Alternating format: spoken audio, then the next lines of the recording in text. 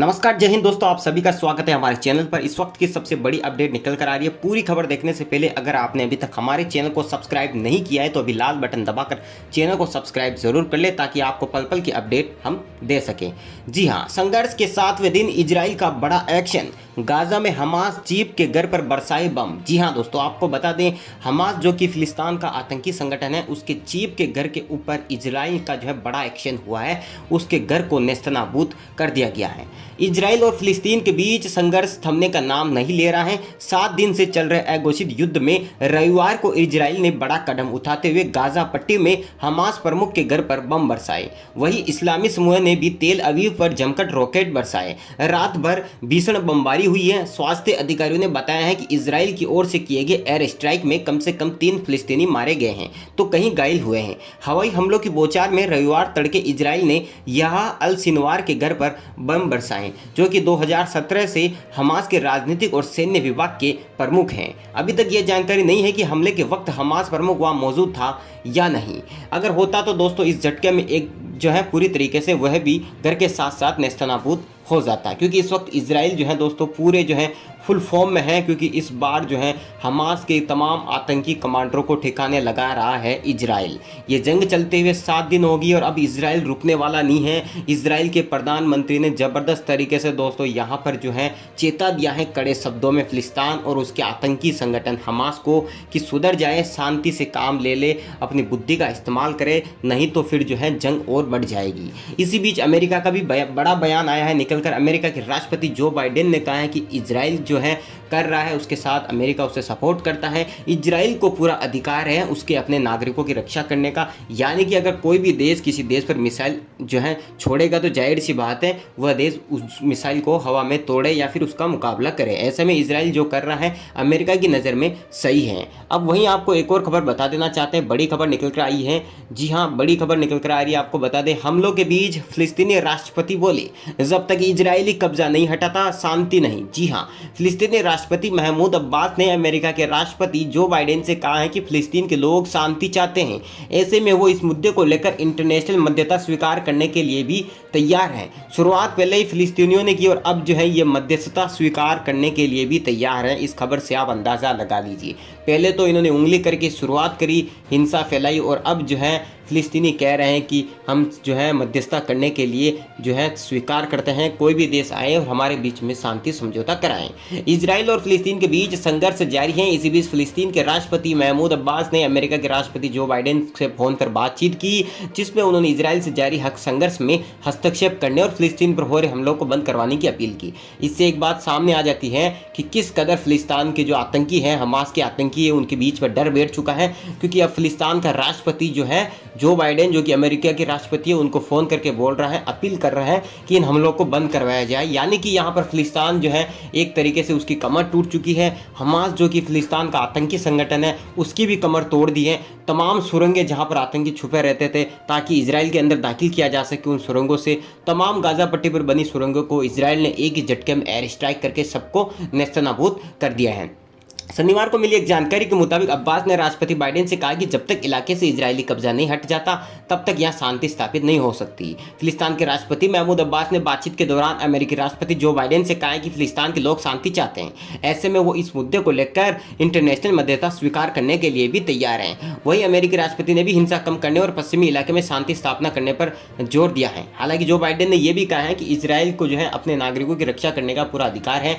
Israel अगर जवाबी कार्रवाई करता है, हमास अगर मिसाइल दागेगा तो जाहिर सी बात है इजराइल भी उसका मुंह तोड़ जवाब देने के लिए मिसाइल अटैक करेगा और इस चीज़ को अमेरिका के राष्ट्रपति ने भी सही ठहराया है। अब दोस्तों जानकारी के मुताबिक इस दौरान परिस्थिति ऐसी है जहां पर ना इजराइल पीछे हटने को तैयार है और ना ही फिलिस्तीन की तरफ से हमले कर रहा हमास। जी हाँ, हमास जो है लगभग पूरी तरीके से यहाँ पर खोखला हो चुका है अंदर ही अंदर, क्योंकि हमास के सैकड़ों जो बड़े बड़े आतंकी कमांडर थे उनको यहाँ पर इजराइल ने जो है उनका सफाया कर दिया है। बच्चे कुच्चे जो हैं वो जल्द ही एयर स्ट्राइक में उनको भी उड़ा दिया जाएगा। इजराइल की जीत यहाँ पर मानी जा रही है क्योंकि फिलिस्तीन जो है काफ़ी सालों से इन दोनों देशों के बीच में पिछले लगभग 70 से 80 सालों से जंग चल रही है। आपको एक जानकारी के मुताबिक बता दें, लगभग इजराइल के अंदर जो लगभग 1 करोड़ के आसपास जनसंख्या है आंकड़ों के मुताबिक, जिसमें से जो है दोस्तों 20 लाख जो है अरब मुस्लिम भी हैं। कुछ देशों द्वारा मध्यस्थता की कोशिश की गई है लेकिन कोई परिणाम नहीं निकलता दिख रहा है। अमेरिका और फिलिस्तीन के बीच बातचीत, इसके अलावा अमेरिका के राष्ट्रपति जो बाइडेन ने इजराइल के प्रधानमंत्री बेंजामिन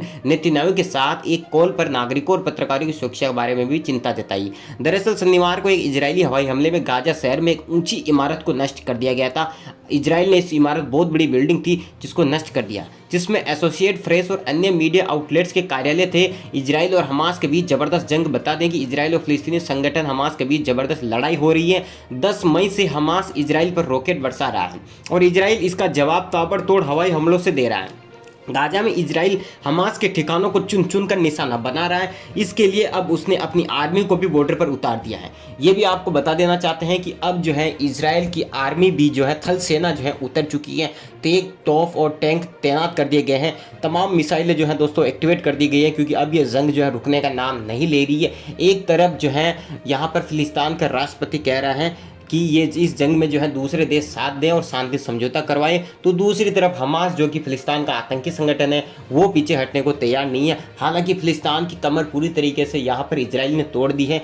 जी हाँ, अब तो अगर अब भी नहीं सुधरता है हमास तो फिर कमर के साथ साथ उसके पैर भी तोड़ दिए जाएंगे क्योंकि हमास जो है फिलिस्तीन का आतंकी संगठन है और पूरी जंग दोस्तों फिलिस्तीन की तरफ से हमास के आतंकी कमांडर ही लड़ रहे हैं। लेकिन इजराइल ने उनकी पूरी तरीके से जो है उनकी हेकड़ी उतार दी है और अब जो है यहाँ पर यही खबर सामने आ रही है कि अब आने वाले 2 से 3 दिन में अब भी अगर जो है हालात काबू में नहीं आते हैं तो आने वाले वक्त में यहाँ पर फिलिस्तीन और इजराइल के बीच में ये जंग जो है और आगे बढ़ सकती है। तुर्की इस बीच जो है काफ़ी कोशिश कर रहा है दोस्तों इजराइल के खिलाफ खड़े होने की और फिलिस्तीन की मदद करने की पूरी कोशिश कर रहा है। इसके लिए उस तुर्की के राष्ट्रपति ने रूस के राष्ट्रपति पुतिन से फ़ोन पे बात करी थी, लेकिन बात बनती दिखाई नहीं दे रही है क्योंकि सभी जानते हैं इजराइल से टकराना इतना आसान नहीं है क्योंकि उनके पास आयरन डोम जैसे हथियार भी हैं।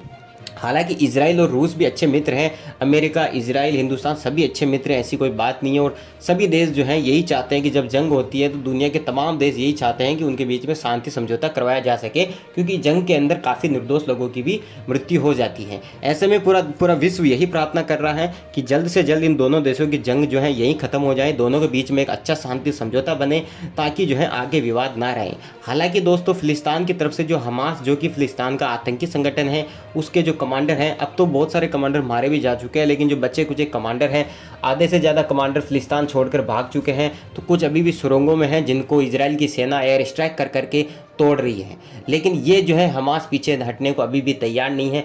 लगभग पूरा खत्म हो चुका हमास अगर अब भी नहीं रुकता है तो वो दिन दूर नहीं जब इजराइल जो है उनके बचे कुचे और भी खतरनाक हथियारों का भी इस्तेमाल कर सकती है क्योंकि इजराइल और हमास के बीच में जो जंग चल रही है इसमें जो है इसका सबसे बड़ी वजह दोस्तों वहाँ के जो कुछ पवित्र स्थान है जिसके ऊपर, उस पवित्र स्थान के ऊपर 2-3 जितने भी वहाँ के धर्म हैं दोस्तों वो सभी अपना अधिकार जताते हैं। ऐसे में दोस्तों ये विवाद तभी से चल रहा है और उस छोटी सी जगह के लिए उस जो छोटी जगह है वहाँ पर वो उन तीनों धर्मों का पवित्र स्थान है, तो उस जगह के लिए वहाँ पर अभी भी ये जंग जारी है। कोई भी देश पीछे हटने को तैयार नहीं है। दुनिया के तमाम देश इन दोनों देशों के बीच में शांति समझौता करवाने की पूरी कोशिश कर रहे हैं, लेकिन लग नहीं रहा है कि यहाँ पर जो है शांति समझौता सफलतापूर्वक लागू हो जाएगा क्योंकि जिस तरीके से इजरायली सेना ताबड़तोड़ एक्शन में है और हमास को अपनी औकात दिखा रही है, तो दूसरी तरफ फिलिस्तीन भी जो है पीछे हटने को तैयार नहीं है। तो दोनों देशों के बीच में ज़बरदस्त यहाँ पर लड़ाई देखने को मिल रही है। तो देखने वाली बात ये होगी कि आने वाले वक्त में यहाँ पर क्या होगा, कौन सी कि जंग किस तरफ जाएगी और क्या यहाँ पर जो है इजराइल की जीत होगी, क्या फिलिस्तीन की जीत होगी, या फिर यहाँ पर हमास और इजराइल के बीच की ये जंग जारी रहेगी, ख़त्म ही नहीं होगी।